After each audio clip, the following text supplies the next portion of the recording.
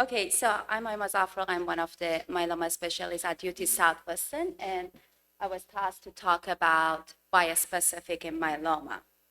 Let me make sure that I know how it works, honestly. Okay, so I just want to show you guys the algorithm because in a treatment algorithm, depends on what kind of treatment you received before. You're going to be eligible for the different type of treatment.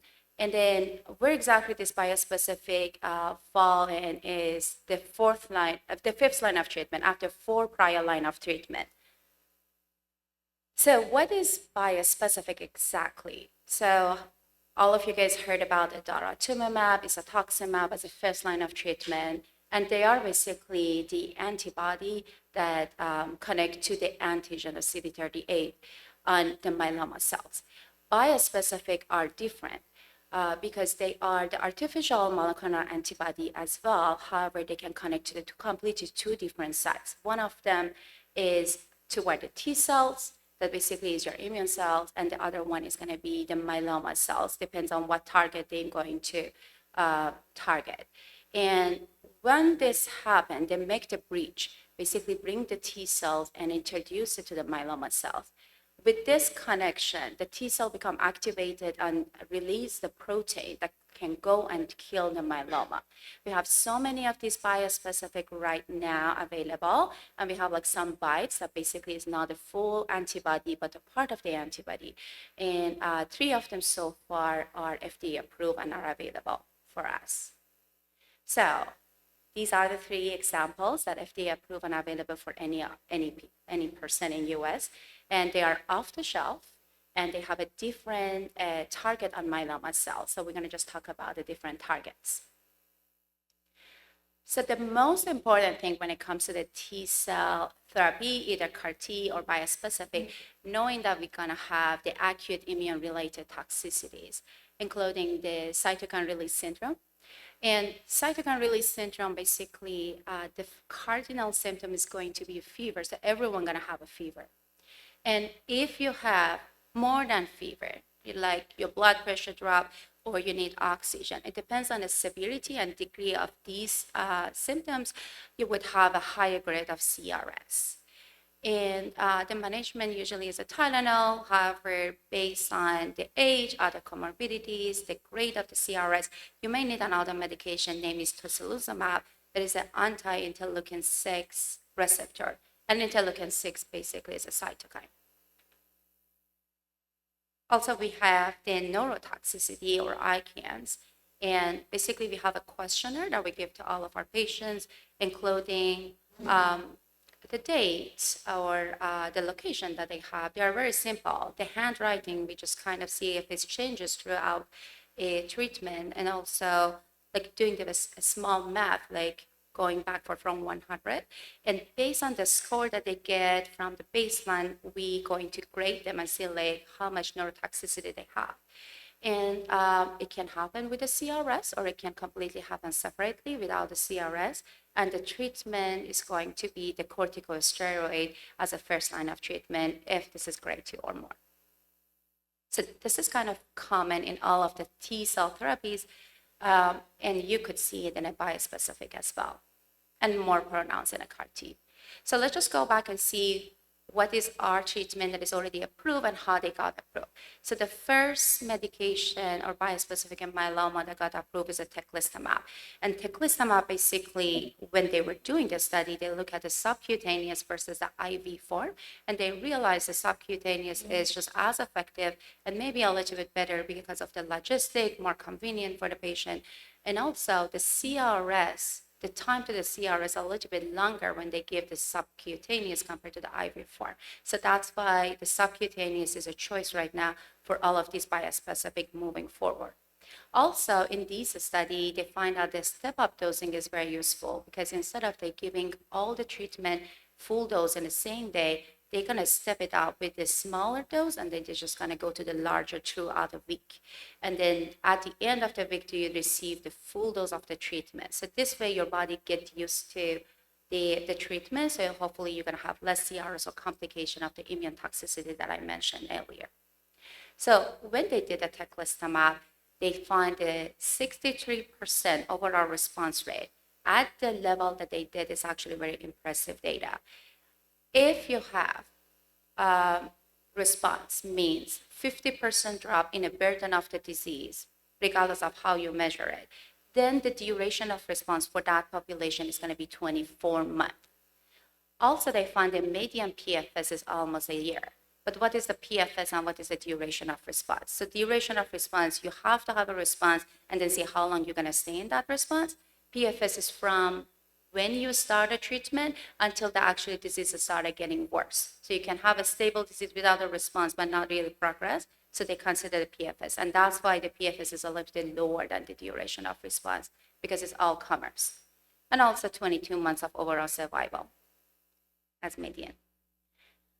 So this led to approval of teclistamab as the first one by FDA in October of 22 for the people that receive 4 or more prior line of treatment, including IMiDs, Revlimid, and the pump, PIs that are bortezomib or Velcade or carfilzomib, and also CD38 that is a monoclonal antibody like daratumumab or cetuximab.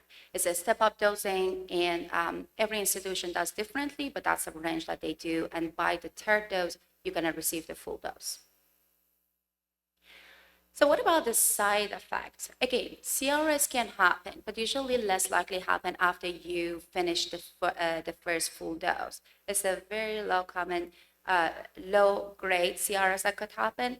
It only happened to 72%, all grade. But the percentage of grade 3 or 4, like the one that is a little bit more serious, is only one patient out of all the patients experienced that one.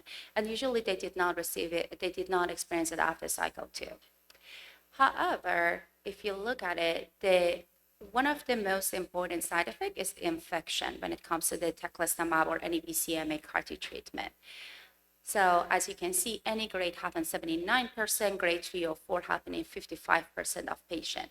So let's just go back. What is grade 3 or 4? Means that you need a hospitalization, IV antibiotics, something serious or life-threatening. So that's the one that happened 55% of the patient.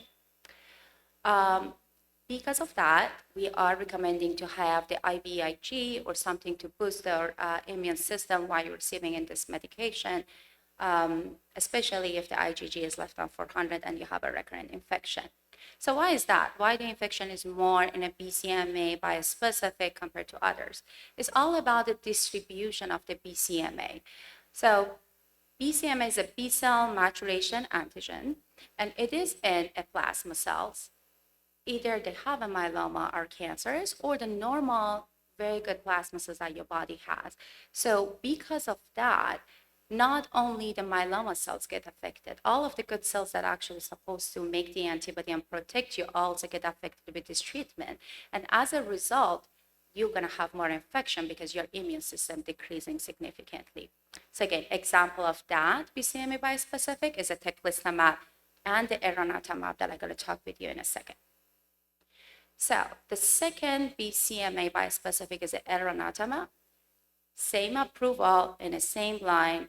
There is not that much of different, except as the company is different and there is the antibody is a little bit different. But overall, as efficacy, they have a very comparable result. It is 61% overall response rate. The median follow was a little bit shorter than teclistamab, obviously, because they started a little bit later than teclistamab. However, the duration of response was not reached, but at 15 months was 70%. The PFS also was 50% at 15 months. Later approval of elranatamab a year after, in August of 23, for the 5th line of treatment, similar approval, and also this one can be given as 3 step-up dosing, with the full dose being on a day 3. Okay, let's just change a gear. So it's going to be a different type of bispecific, but this one does not target the BCMA. Has a different target. We call it GPRC5D. And it has its unique side effect based on the target. But let's just talk about the efficacy first.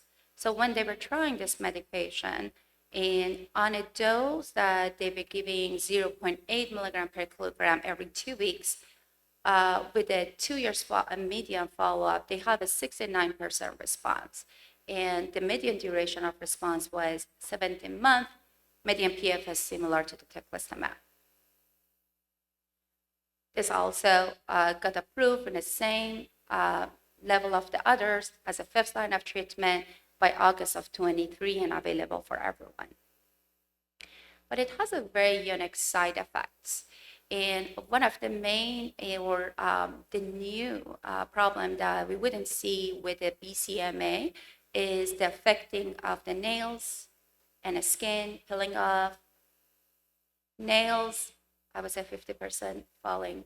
And then also the taste going to change. And so that's almost everyone have a change in the taste that they have. So why is that? So all goes to the distribution of GPRC5D. So here we don't have as much as infection the BCMA had. It's only 30% compared to the 70 or 80%. Because the GPRC5D is mostly on the myeloma cells or the abnormal plasma cells compared to the normal plasma cells. So your immune system doesn't get affected as much as BCMA. However, it is also in other organs like the skin. That's why your skin is peeling. It can be in the lungs, so you can have a symptoms of cough. And it is in its salivary gland, so that's why the taste is changing. It is in a GI system, and that's why you would have a weight loss. And also, it is in the brain, and you may go to the coma, less likely happen though. So the only medication is a talquetamab in this line of treatment. Okay, so now we have 3 bispecific, and now we have also the CAR-T. The Dr. Yannis is going to talk about it later. But how are we going to sequence that? Like, we are in the 5th line of treatment. Many of our patients saw a lot of treatment beforehand. So they look at the teclistamab after the BCMA-directed therapy. So one of the medication is belantamab mafodotin that is off the market right now, but so many of patients receive it before, and also the CAR-T treatment, because the 2 CAR-T treatment approved right now, both of them are the BCMA target treatment. And basically what it shows, in this table, I put in the right side, I put the patient that had a prior BCMA exposure, and then on the left, the one that we already discussed that lead to approval of teclistamab.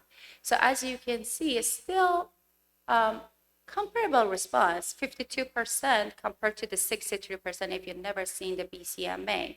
However, as you can see, the PFS is less, the duration of response is less, but it's still pretty good in that line of treatment for the people that also refractory to the CAR-T treatment, but obviously less. It's feasible to do. Similar goes to the elranatamab after the BCMA-directed therapy. They look at 36 CAR-T patients and also 59 the ADCs, such as the belantamab mafodotin, and the people that received the prior CAR-T actually did better compared to the ADC parts. And as you can see, it's still less than when you did not have a BCMA treatment ahead of time. However, still it's impressive at its level. Okay, what about the talquetamab? Talquetamab is not really targeting the BCMA. We just want to know if you get the BCMA, how you're going to just actually do with the talquetamab GPRC5D. And you assume that shouldn't be related, but it's kind of decreasing as well. So if you look at the data, they look at 70 patients that previously received the CAR-T, bispecific BCMA treatments, such as teclistamab or elranatamab or any clinical trial with those, and also the ADC. And although the people that received the CAR-T still did as good as the people that did not receive any BCMA treatment, however, if you receive the bispecific teclistamab or elranatamab or any BCMA type of bispecific, the duration of response is going to be half of the whatever it is without the those treatments. So it is feasible, but you have to just consider that the duration of response is going to be a little bit shorter if you have a response.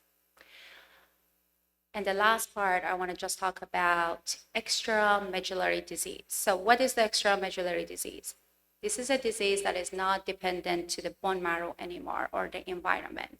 So it's like a solid organ tumors. It can be in the lung, can be in the liver, breast, anywhere outside of the bone marrow, and it's not attached to the bone lytic lesion or the bone myeloma lesion.